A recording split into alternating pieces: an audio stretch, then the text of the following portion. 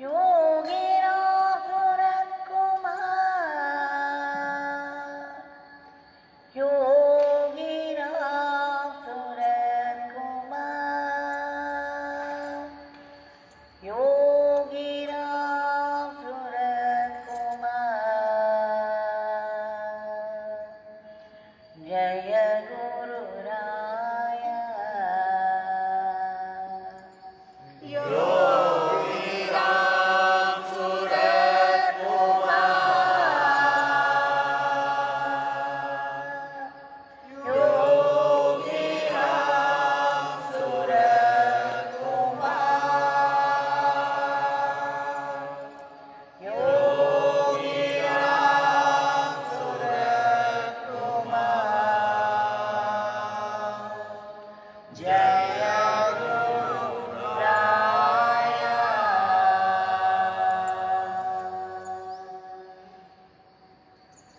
भगवान श्री योगीराम सुरतकुमार की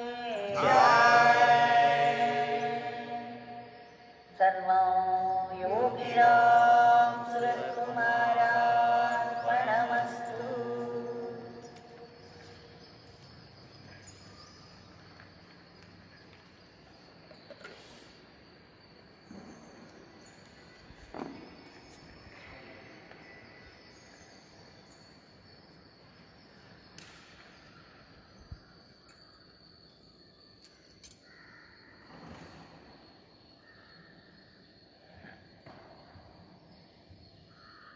Our grateful pranams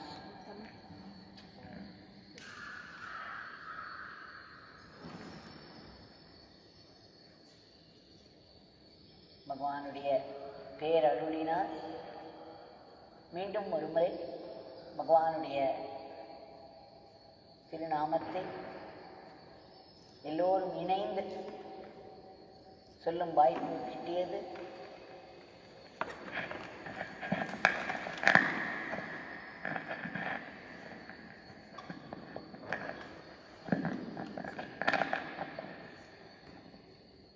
நாம் செய்த பெரும் பாக்கியம். பகவானுக்கு ஆத்மார்த்தமாய் நன்றி கூறி எப்பொழுதும் அவர் நாமத்தை நாம் தொடர்ந்து சொல்லிக் கொண்டிருக்க வேண்டும், இணைந்து சொல்லிக் கொண்டிருக்க வேண்டும் என்று வேண்டிக் கொள்வோம்.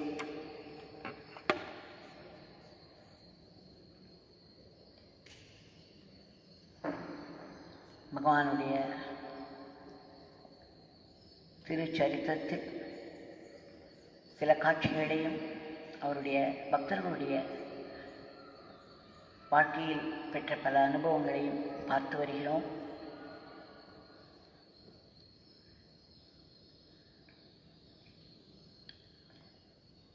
நேற்றைக்கு பிரசாதத்தினுடைய மகிமையை பார்த்தோம். அவருடைய திருவுருவ படத்தின் பெருமையை பார்த்தோம். பகவானுடைய திருநீற்றின் பெருமையை பார்த்தோம். கும்பாபிஷேகம் செய்த நீரோ அல்லது பாத பூஜை செய்த திருநீர், திருநீர் என்றால் அபிஷேக தீர்த்தத்தை மகிமையையும் பார்த்தோம். இப்படி ஒன்றொன்றும் பகவானுடைய பிரசாதமாய் மிளிர்கிறது. இன்றைக்கு பகவானுடைய நாமத்தை சொல்லாமலேயே, பகவானை பற்றிய நினைவில்லாமல் வேறு ஏதோ ஒரு வேலையில் மூழ்கியிருக்கும் தருணத்தில் கூட பகவான் எப்படி காப்பாற்றுகிறார் என்று பார்ப்போம். இதற்கு ஒரு தவம் செய்திருக்க வேண்டும் அல்லவா? பகவானுடைய நாமத்தை கூப்பிட்டால்தான் நமக்கு காரியம் நடக்கிறது. பகவானிடம் வேண்டிக் கொண்டால்தான் நமக்கு காரியம் நடக்கிறது. பகவானுடன் இணைய வேண்டும். அந்த தொடர்பு இருந்தால் காரியம் நடக்கிறது என்றெல்லாம் பார்த்து வந்தோம். இன்றைக்கு நாம் கூப்பிடாமலேயே பகவான் சில சமயம் எப்படி சில பேரை காப்பாற்றுகிறார் என்று பார்ப்போம். எல்லோருக்கும் நன்கு தெரிந்தவர் பெரிய பக்தர் திரு பெருமாள் ராஜு ஐயா அவர்கள் கிருஷ்ணகிரியில் இருந்தார். இப்பொழுது நம் பகவானுடன் ஐக்கியமாகிவிட்டார். அவருடைய துணைவியார் ஸ்ரீமதி மகாலட்சுமி அம்மா அவர்களுடைய ஒரு அனுபவத்தை பார்ப்போம். இது பல வருடங்களுக்கு முன்பு நடந்ததுதான். நாம் காலத்தையும் இடத்தையும் பெரிதாக கவனிக்க வேண்டாம். ஒரு நிகழ்வு எப்படி நிகழ்கிறது, அதில் கருணை எப்படி வேலை செய்கிறது, அதிலிருந்து நமக்கு கிடைக்கும் படிப்பினை என்ன என்றுதான் நாம் பார்க்க வேண்டும்.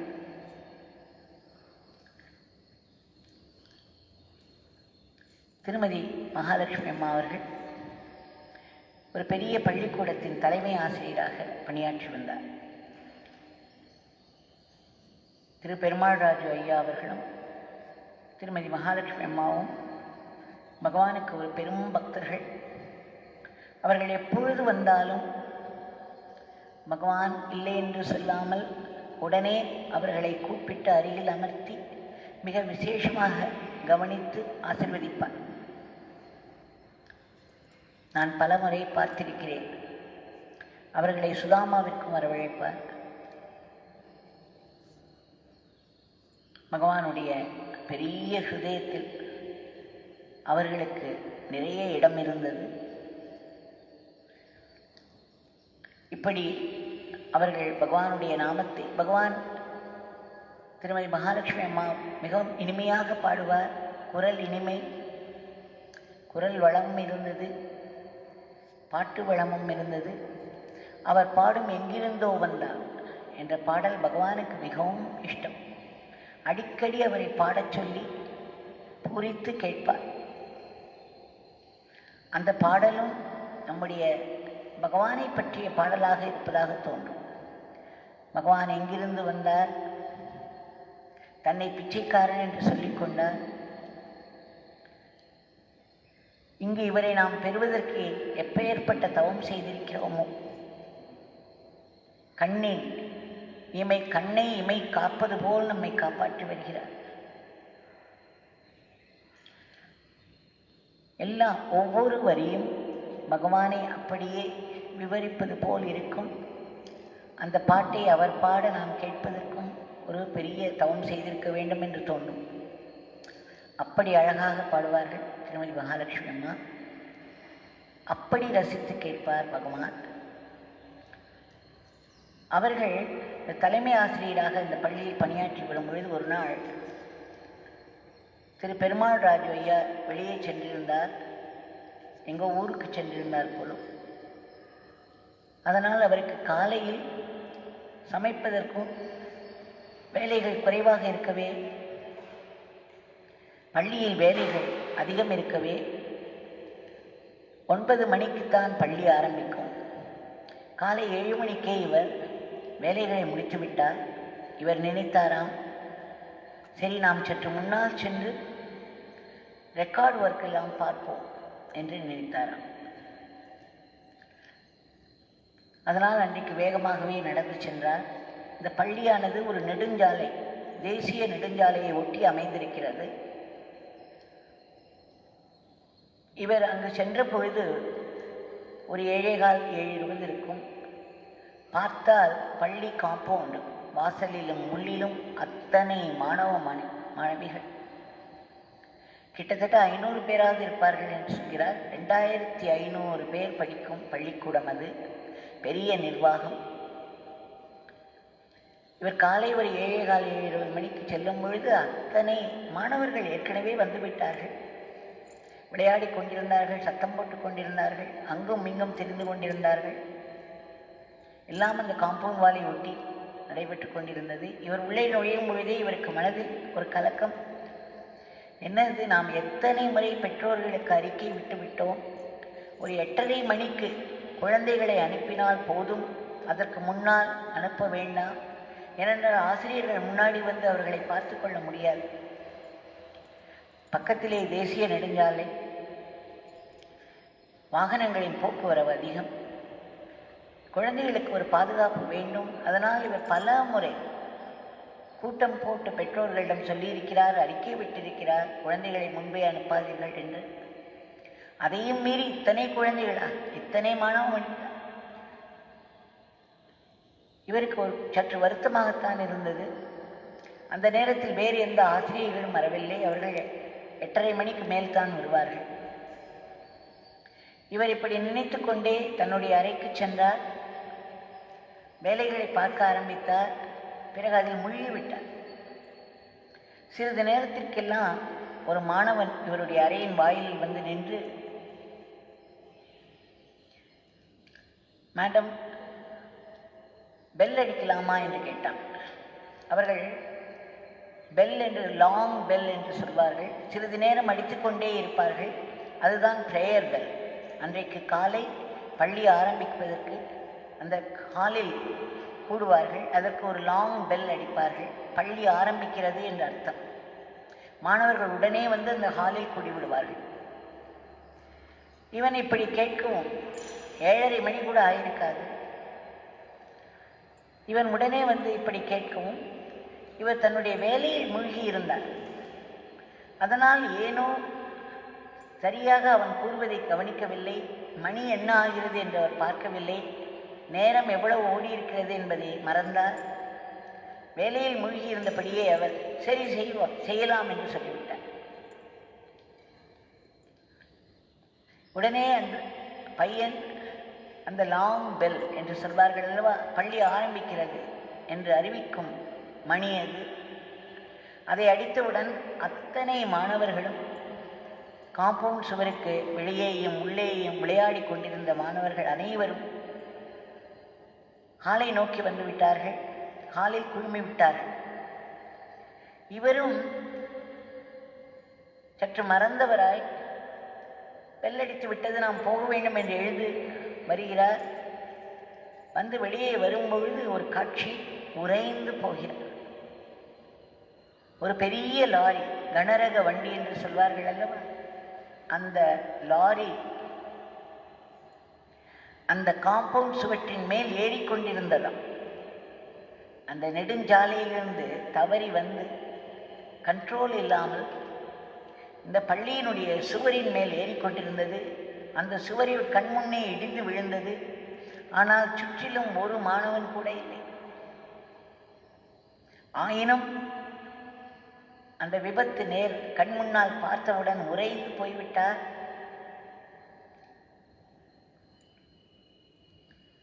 சற்று மனம் தளர்ந்து விட்டார். அதற்குள் 1-2 டீச்சர்கள் வர ஆரம்பித்து விட்டனர். உடனே இவரை கைத்தாங்கலாக அமர வைத்தனர்.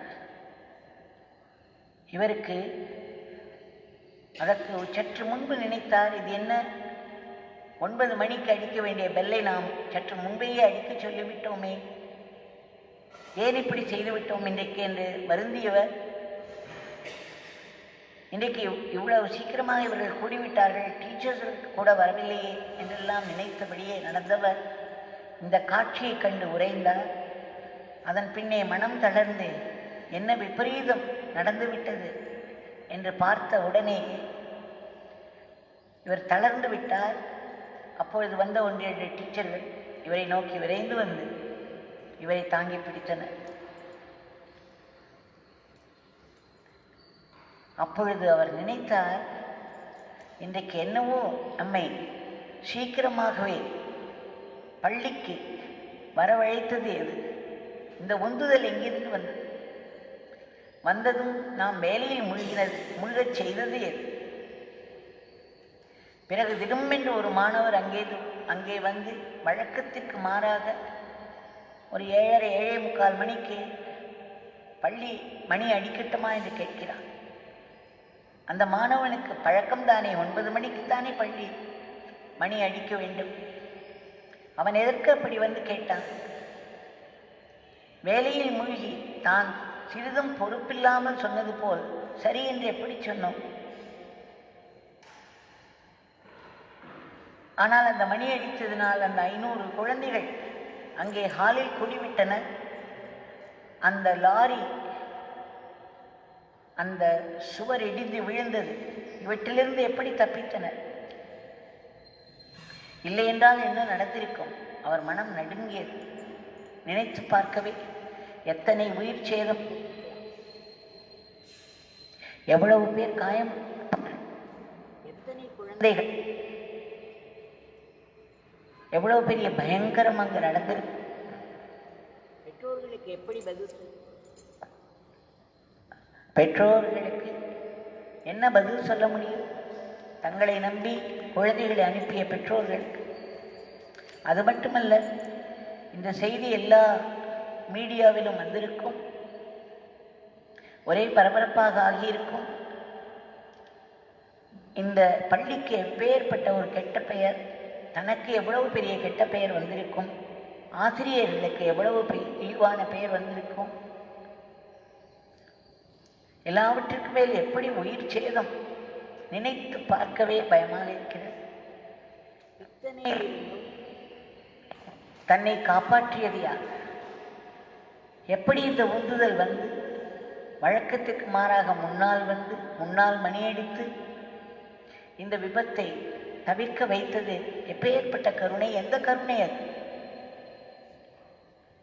அவர் நினைத்து நினைத்து உருகி உருகி அழுதார். நம்முடைய பகவானின் கருணையை தவிர வேறு என்ன இருக்க முடியும்? கூப்பிடாமலேயே இப்பேற்பட்ட கருணையை நம்முடைய பகவான் செய்திருக்கிறாரே. அவர் மனம் உருகியது. அதன் பிறகு அன்றைக்கு மதியம் வீட்டிற்கு சென்ற பொழுது திரு பெருமாள் ராஜையா வந்துவிட்டார். அவரிடம் சொல்லி சொல்லி அழுதார், நெக்குருகி அழுதார். பாருங்கள், நம் சுவாமி எப்படி என்னை காப்பாற்றியிருக்கிறார், அந்த குழந்தைகளை காப்பாற்றியிருக்கிறார், நம் பள்ளியை காப்பாற்றியிருக்கிறார். நான் வேலையில் மூழ்கியிருந்ததால் அவருடைய நாமத்தை கூட சொல்லவில்லை. உடனே இருவருமே பகவானுடைய கருணையை நினைத்து நினைத்து உருகினர். உடனே சென்று பகவானை காண வேண்டும் என்று நினைத்தனர். அதன்படி அவர்கள் திருவண்ணாமலைக்கு வந்து பகவானுடைய சன்னதி தெரு வீட்டிற்கு சென்றனர். அன்றைக்கு கதவு திறந்து வைத்துக்கொண்டு பகவான் காத்து கொண்டிருந்தார். இவர்கள் உள்ளே சென்று நமஸ்கரித்து பரபரப்போடு நடந்த விவரங்களை எல்லாம் சொன்னவுடன் பகவான் புன்னகைத்தார். திரும்ப திரும்ப அந்த விவரங்களை எல்லாம் சொல்லும்படி கேட்டார். அதன் பிறகு அவர் சொன்னார், மகாலட்சுமி, அந்த நிடம் வந்து அறிவித்தானே ஒரு மாணவன், வெள்ள அடிக்கட்டுமா என்று, அவன் யார் என்று கண்டுபிடித்தாயா? அவன் முகத்தை பார்த்தாயா என்று கேட்டார். மகாலட்சுமி அம்மா அவர்கள் அதுவரையில் வேலையில் மூழ்கியிருந்தார். அந்த மாணவன் கேட்கும் பொழுது சரியாக பார்க்காமல் தானே சொன்னார். அதன் பிறகு இத்தனை பதட்டங்கள், இத்தனை விபத்து, எவ்வளவோ பெரிய பெரிய விஷயங்கள். அதிலாவது அவருக்கு மனதிற்கு தோன்றியிருக்க வேண்டும் அல்லவா? அந்த மாணவனை கூப்பிட்டு, யார் வந்து என்னிடம் சொன்னீர்கள் என்று கேட்டிருக்க வேண்டும். அந்த மாணவன் யார் என்று பார்த்திருக்க வேண்டும். அவருக்கு அது தோன்றவே இல்லையா? ஏன் தோன்றவில்லை? யார் தோன்றாமல் அடித்தது? இந்த கேள்விகளுக்கெல்லாம் எங்கே பதில்? அங்கே சன்னதி தெரு வீட்டில் அல்லவா உட்கார்ந்திருக்கிறது அந்த பதில். பகவான் திருமதி மகாலட்சுமி அவர்களிடம் அந்த கேள்வியை கேட்டபொழுதுதான் அவருக்கு உரைத்துதான், அடடா, நாம் எப்படி அந்த மாணவனுடைய முகத்தை பார்க்காமல் விட்டோம், பிறகு கேட்டு அவனை கண்டுபிடித்திருக்க வேண்டுமே என்று அவர் தன் தவற்றை எண்ணி வெட்கமுற்ற பொழுது ஒரு ஃப்ளாஷ், அவருக்கு பளிச்சென்று ஒரு உண்மை வெளிப்பட்டது. அந்த மாணவன் எதிரே உட்கார்ந்து கொண்டிருப்பவராகத்தான் இருக்க வேண்டும் என்று. இல்லையென்றால் அவர் ஏன் அந்த கேள்வியை கேட்க வேண்டும்? அவரே சாட்சியாக எல்லோர் கண்முன்னும் நடத்தும் அற்புதங்களை எல்லாம் தன்னுடையது அல்ல, தன் தந்தை செய்வது. இந்த பிச்சைக்காரனுக்கு ஒன்றும் தெரியாது. இவன் பெரிய பாவி, அழுக்கு மூட்டைக்காரன் என்றல்லவா சொல்லுவார். அப்படி இருக்கிறவர் அந்த மாணவனுடைய முகத்தை பார்த்தாயா, அந்த மாணவன் யார் என்று கண்டுபிடித்தாயா என்று கேட்கிறாரே. இவரை தவிர அது யாராக இருக்க முடியும் என்று அப்பொழுதுதான் அவருக்கு உரைத்துதான். இது எப்படி சாத்தியம்? பகவானை அவர் அந்த நேரத்தில் நினைக்கவில்லை, அவர் பெயரை சொல்லி பதட்டமாக கூப்பிடவில்லை. ஆனாலும் பெரும் கருணை நிகழ்ந்திருக்கிறது. இதற்கு நாம் என்ன செய்ய வேண்டும்? நாம் பலமுறை மறந்து விடுகிறோம், பலமுறை பல சங்கடங்களில் சிக்கிக்கொள்கிறோம். அதன் பிறகு லபோ லபோ என்று கத்துகிறோம், பகவானை அழைக்கிறோம். இது எதுவுமே இல்லாமல் அமைதியாக இந்த அற்புதம் எப்படி நடந்தது? எப்படி சாத்தியம்? இதற்கு ஒரு தவம் செய்திருக்க வேண்டும் அல்லவா? இதற்கு முன்னால் மிகவும் ஆழ்ந்து பகவானை நினைத்து அவரை உள்ளே இறக்கியிருந்தால்தானே உள்ளிருந்தபடியே அவர் அந்த வேலையை செய்ய முடியும். அதற்கு ஒரு தவம் செய்திருக்க வேண்டும். அந்த தவத்தை அவர்கள் செய்திருந்தார்கள், அவர்களுக்கு இது நடந்தது. இன்னொரு நிகழ்ச்சி தவமும் இல்லாமல், இந்த ஒரு பக்குவமும் இல்லாமல் நடந்தது. இது ஒரு பெரிய மிஸ்ட்ரி தான். இது எப்படி நடந்தது என்பது மிகவும் கேள்விக்குரியது தான். பெங்களூரில் ஒரு அப்பார்ட்மெண்ட் என்று சொல்வார்கள் அல்லவா, அந்த அப்பார்ட்மெண்ட்டில் ஒரு வீட்டில் அந்த வீட்டின் தலைவியும் 2 குழந்தைகளும் இரவில் படுத்துக் கொண்டிருக்கிறார்கள். அவர்கள் வீட்டில் அந்த சமையலறைக்கு கதவு கிடையாது. இப்பொழுதெல்லாம் ரொம்ப நவீன முறையில் எல்லாம் அமைக்கப்படுகிறது அல்லவா, நிறைய வாடகையோடு.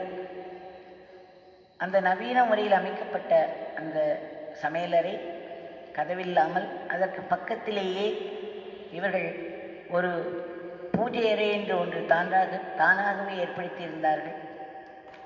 அந்த இடத்தில் பகவானுடைய பெரிய படம், விளக்கு சதா எரிந்து கொண்டிருக்கும், அகண்டமாய் எரியவிட்டு கொண்டிருப்பார்கள். அந்த இடத்தில் ரொம்ப பெரிதாக நாமம் சொல்வார்கள், முனைந்து நாமம் சொல்வார்கள் என்றெல்லாம் சொல்ல முடியாது. ஆனால் பிரச்சனை ஏற்படும் பொழுதெல்லாம் பகவானை கண்டிப்பாக கூப்பிடுவார்கள். அந்த குழந்தைகள் இருவரும் மணிமணியான குழந்தைகள், அவ்வளவு அழகாக நாமம் சொல்வார்கள். அவ்வளவு அழகாக பகவானுடைய உபதேசங்களை எடுத்து கூறினால் மனதில் வாங்கிக் கொண்டு அதை பயிற்சி செய்யவும் முயற்சி செய்வார்கள். அப்பேற்பட்ட சின்ன குழந்தைகள், ஒரு 5 வயது 7 வயது இருக்கலாம், அவ்வளவுதான். அந்த குழந்தைகளோடு அவர்களின் தாய் படுத்துக் கொண்டிருக்கிறார். காலையில் 5 மணிக்கு எழுந்திருக்கும் பொழுது வீடு முழுவதும் சமையலறை, இந்த கேஸ் என்று சொல்லுவோம்ல, எரிவாயு அப்படி நிரம்பி இருக்கிறது. ஒரே நாற்றம். பதறி போனாள் அந்த பெண்மணி. ஐயோ, இது என்ன, வீட்டு கேஸ் ஆனது லீக் ஆகியிருக்கிறதே. ரொம்ப பயந்து போய்விட்டால். ஏனென்றால் இந்த சமையலறை ஒட்டிய அந்த அலமாரியில் விளக்கு சதா இருந்து கொண்டிருக்கும். வீடு முழுவதும் அந்த கேஸ் விளக்கு இரவு முழுவதும் எரிந்து கொண்டே இருக்கிறது. அது எப்படி ஒன்றுக்கொன்று கனெக்ட் ஆகாமல் இருக்கிறது? இந்த அதிசயம் எங்கேயாவது கேள்விப்பட்டிருக்கிறோமா? அக்னி தேவன் தன்னை அடக்கிக் கொண்டு ஒரு சிறு விளக்காக எரிகிறான். எரிவாயுவோ, எரியும் தன்மையுடைய வாயு அது. அது எங்கும் நிரம்பி கிடக்கிறது. ஆனால் இருவரும் ஒருவரை ஒருவர் சந்தித்துக் கொள்ளவே இல்லை. எப்பேற்பட்ட அதிசயம்! அதற்கு முதல் நாள் புதிதாக ஒரு சமையல் செய்பவர் வந்திருக்கிறார். புதிதாக ஒரு சிலிண்டர்.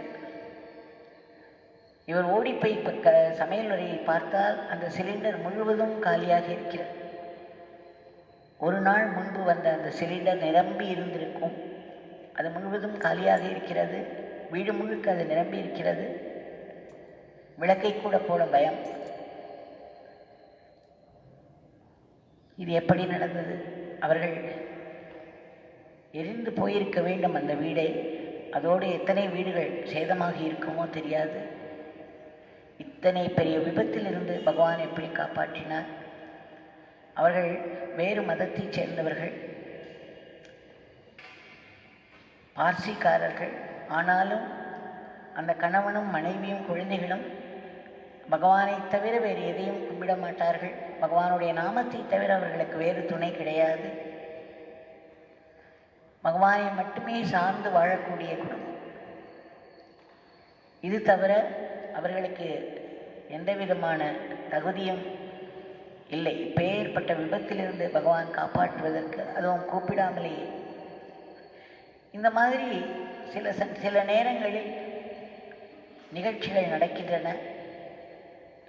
திருமதி மகாலட்சுமி அம்மா அவர்கள் அவளை பகவானோடு பழகியிருக்கிறார்.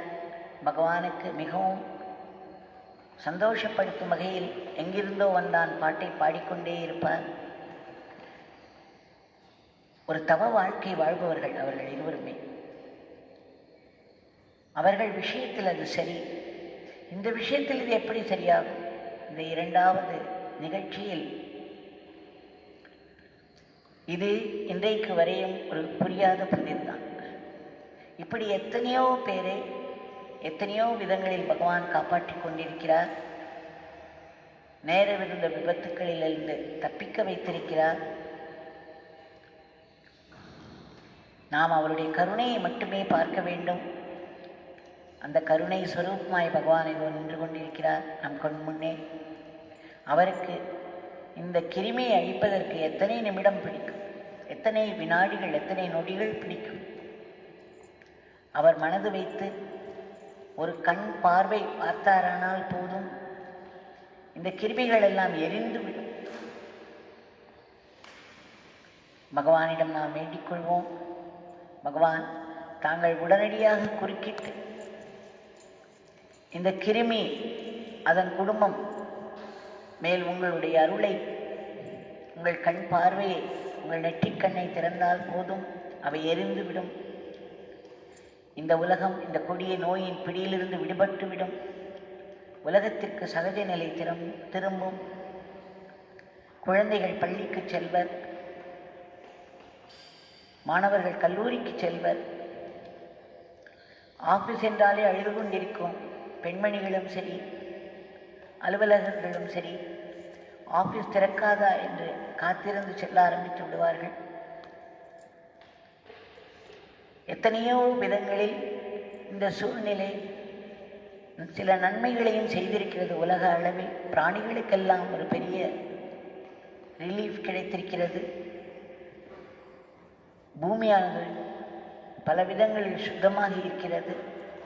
ஆயினும் தாங்கள் உடனடியாக குறுக்கிட்டு மக்கள் மனத்தில் உள்ள பயத்தை அகற்றி பரவிக்கொண்டிருக்கும் வியாதிகளை தடுத்து நிறுத்தி இதற்கான தடுப்பூசியில் புகுந்து அது உரியவர்களுக்கு, தேவையுள்ளவர்கள் அனைவருக்கும் சென்று சேருவதற்கும் தாங்கள் அருள் செய்ய வேண்டும்.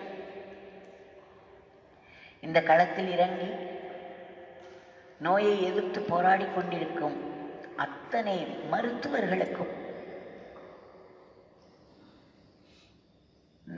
மருத்துவத்துறையினர், துப்புரவுத்துறையினர், போலீஸ் துறையினர் என்று அடுக்கிக் கொண்டே போகலாம். அத்தனை தவத்தை, இது பெரிய தவம் அல்லவா?